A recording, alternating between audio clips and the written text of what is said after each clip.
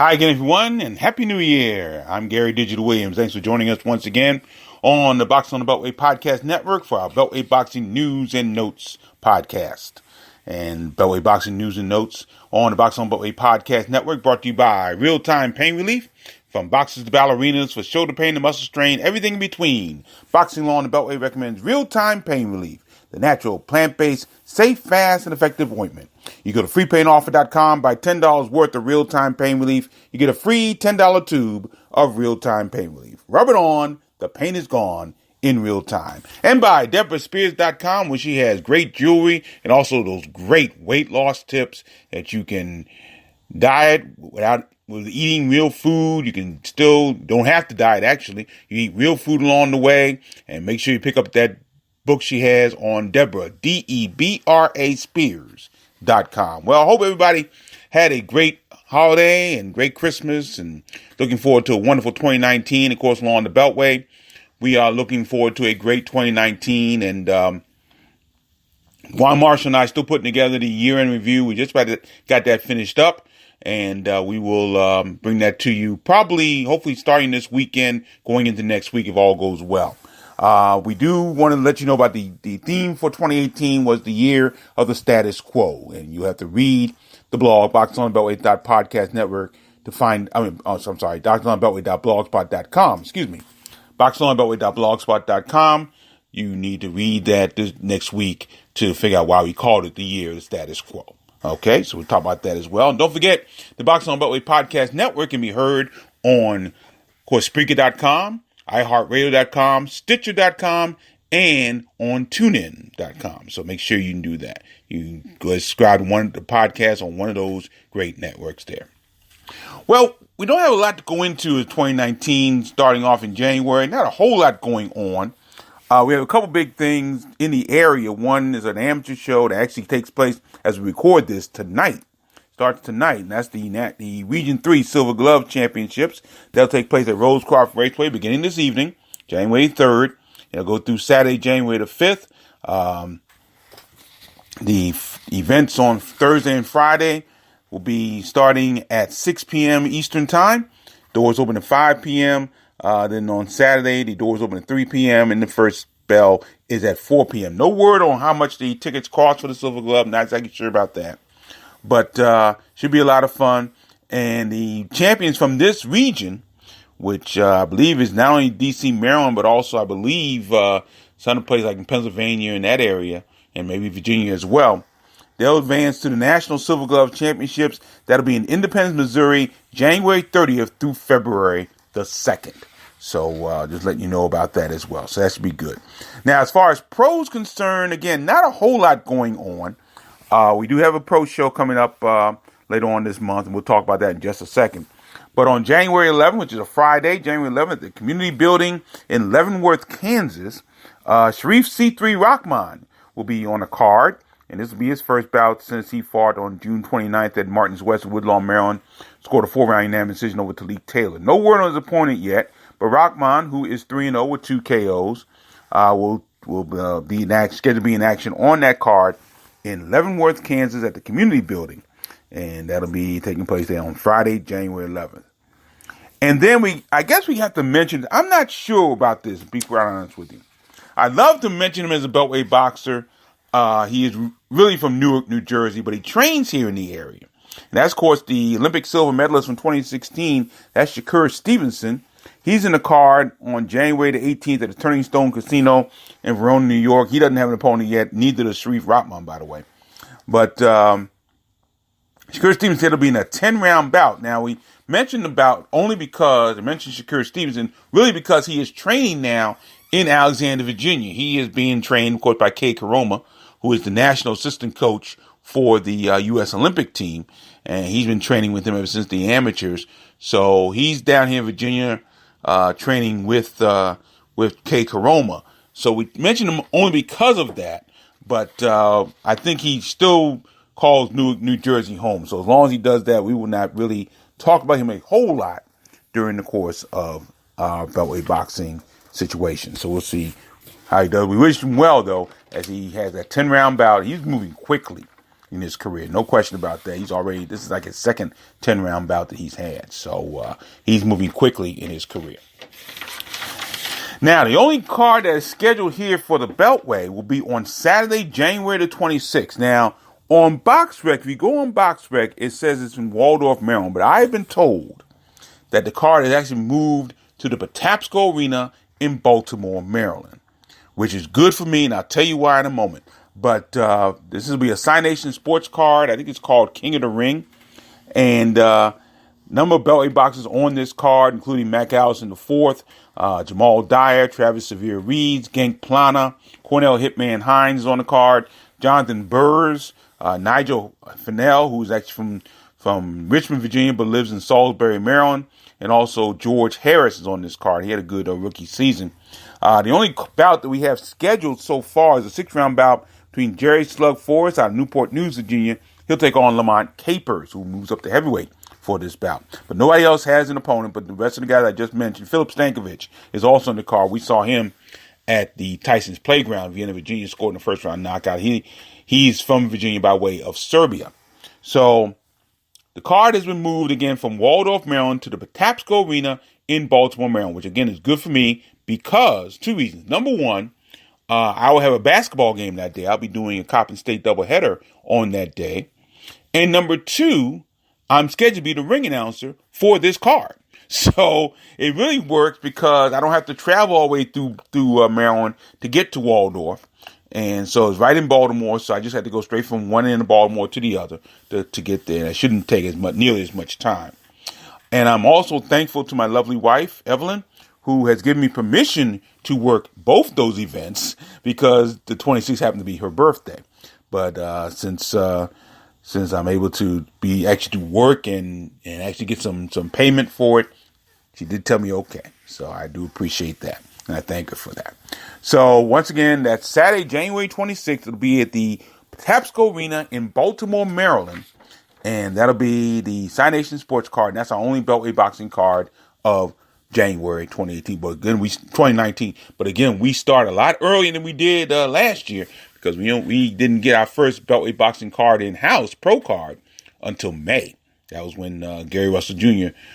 Took on Jojo Diaz. So it's a lot better start. And we do have some shows coming up along the way. We know that there'll be a card at MGM National Harbor in March. That'll be Lamont Peterson's returning and Sergey Lipinets.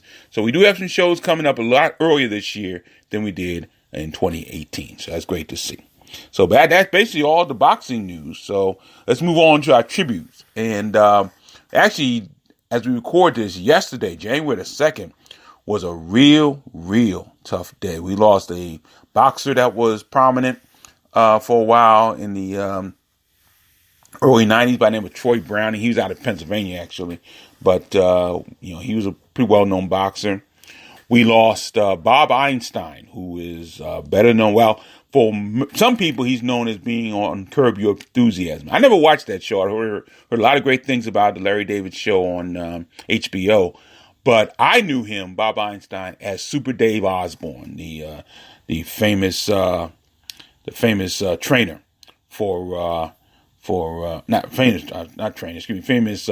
stuntman, quote unquote stuntman, who couldn't get the stunts correct. But Super Dave Osborne, I knew Bob Einstein as Super Dave Osborne. What I didn't know, he was the half brother of a great comedian named Albert Brooks, who I remember for his great routine about the rewriting of the national anthem, which is a great routine. You got to see that. But anyway, Bob Einstein passed away. We also got word that Daryl Dragon, better known as the Captain, as in the Captain in Tennille, passed away. He, like Bob Einstein, the third person I'll talk about, and the one I'm really doing the tribute on, were all 76 years old when they passed away. But Daryl Dragon was best known, of course, as being part of the Captain Tennille with his then wife, Tony Tennille. And, of course, he also worked with the Beach Boys, and he was also known as Captain Keyboard with the Beach Boys, and that's how he became the captain. He used to wear a captain's hat, and Captain and Tennille were very, very popular in the 70s. Songs like Love Will Keep Us Together and Muskrat Love and their version of Shop Around, they were huge, no question about that. They got divorced a few years ago, I think for insurance reasons, but they still stayed very close. In fact, I think Tony Tennille was by Daryl Dragon's side when Mr. Dragon passed away. But the tribute I want to give today deals with another voice of my young adulthood, childhood, whatever you want to call it.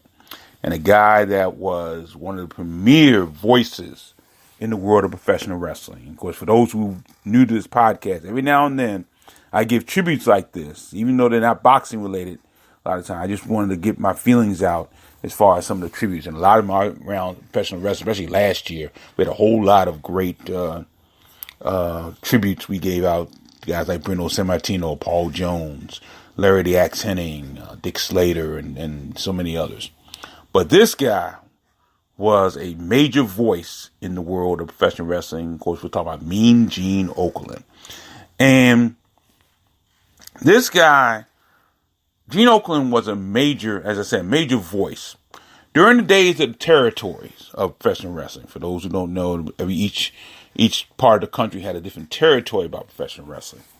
And Mean Gene first got his start in the American Wrestling Association, which is Minnesota and parts of Canada and up in the Midwest territory and Vern Gagne's territory. And he worked for Vern Gagne for a number of years and, of course, helped make the careers of people like Nick Bockwinkel. And, of course, that's where he first hooked up with Bockwinkel's longtime manager, Bobby the Brain Heenan. And their relationship would go through all around the world and all throughout the different major territories in professional wrestling. But people say that Gene Okerlund and maybe Tony Schiavone and maybe had Gordon Solie, no one did promos, especially promos for house shows. And what we call about house shows were the shows that go into different towns. Back then, you watch wrestling TV, so when the show would come live to your town, you would go see them. Okay, so you would go.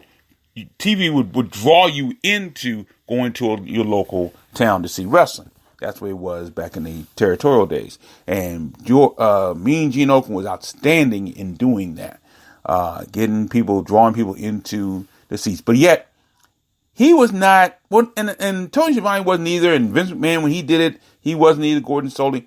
They all let the wrestlers talk. But Gene Okerlund's sense of humor at times would come through, and wasn't invasive. You weren't invading the wrestler's territory, but he knew how to ask great questions. He knew how to laugh sometimes when you had to, especially when things got crazy in the World Wrestling Federation. He did a great job of going on with that without being overbearing with it. And so, but back he was starting the AWA. Then he moved in with the expansion of the WWF back then, the World Wrestling Federation. He joined the WWF, and I mean his commentary at times, but his interviews especially, and his promos especially, and his house show promos especially, were just fabulous. I mean, he and Hulk Hogan really clicked at the WWF. They started off in the AWA as well, because Hogan was in the AWA for a while. But when they came to the WWF and Hulkamania started, oh man, they were incredible together. No question about that. Bobby Heenan would come in. They continue to work. There's some classic Gene Okerlund promos. That I was watching some of the tributes. The one I loved the most, it actually was two promos in one. They were doing a show. I don't think they were doing an actual house promo. They were just doing a promo in between different house shows, and they would just do interviews between the matches on the television show, it was either Superstars of Wrestling or Wrestling Challenge. And there's one where he first interviews the Magnificent Morocco, Don Morocco, and Morocco goes through this whole thing about being a Spartan regiment, and every now and then you have to eat, and he pulls out a donut, and he starts eating the show, doing the promo with the donut in his mouth, and Mean Gene Okerlund is just going crazy. He's laughing with him. He can't believe what's going on. And then in the very same promo, once Morocco leaves, Bobby the Brain Heenan and Ken Patera come in, and they start talking about getting a special regiment, and Patera's exercising before most people get up, and when most people go to bed, he's still exercising and so on. It's a great promo. You got to see that. There's also a wild promo that you got. I think it was part of his Tuesday Night Titans role, and on TNT, and he not on TNT, but but the show was called TNT, and he's interviewing Wendy Richter, and Wendy Richter kind of unwittingly, I think, gives a double entendre of sorts, and Gene Okerlund just cracks up behind that. And I think also one of the great promos of all time, and it's really underrated as to how well this did, how well Gene Okerlund's part in this played in what I think was the last big surprise in professional wrestling. That when Hulk Hogan joined the New World Order in 1994. And he turned bad guy. He became Hollywood Hulk Hogan. And the way Mean Gene Okerlund handled that,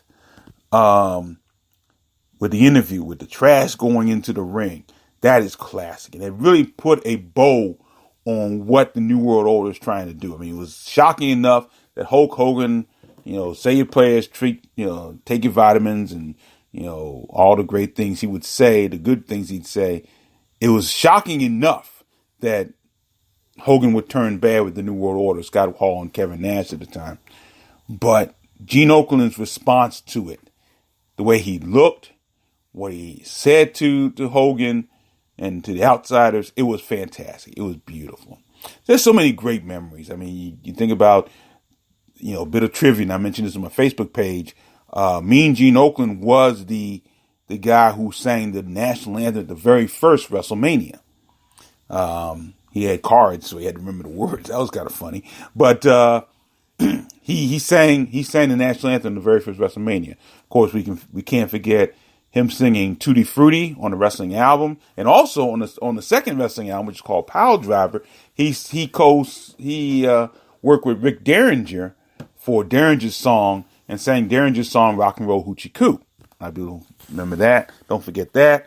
And of course, he would go on to be on Legends House, which I never really watched on the WWE Network, but he was a remarkable voice for this business. Of course, he went on to WCW, worked there. It was always great about the 909-9900 hotline, about that. And, he was just a great voice. I mean, a voice that was never overbearing, even as loud as he got. I also got to remember the fact that he right before the Rock and Wrestling Connection first started, the war to settle the score led up to WrestleMania. And I do have to remember the interviews he did with people like Andy Warhol and Joe Piscopo and Danny DeVito, because those interviews helped bridge the gap between mainstream culture and professional wrestling.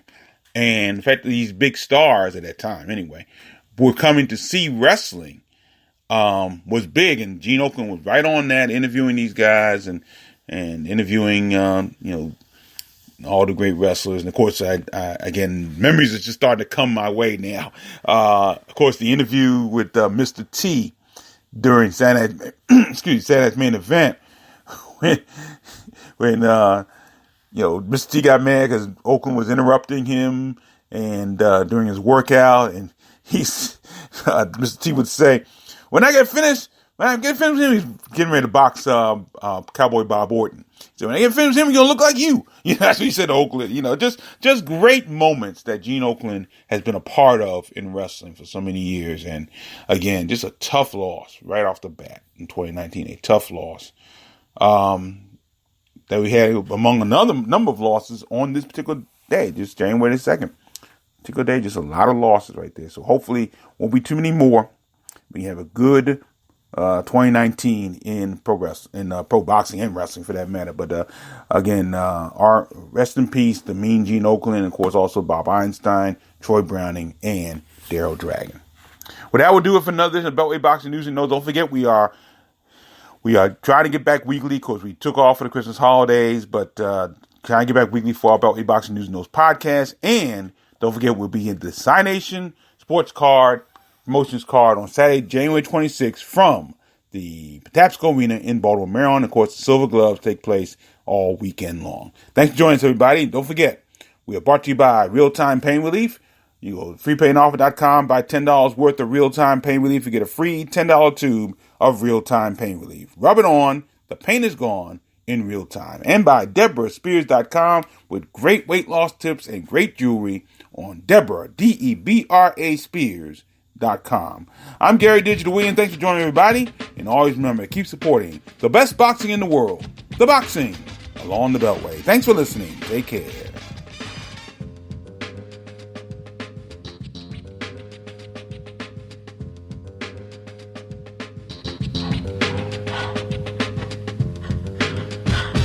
Beautiful right hand by Gene Okerlund.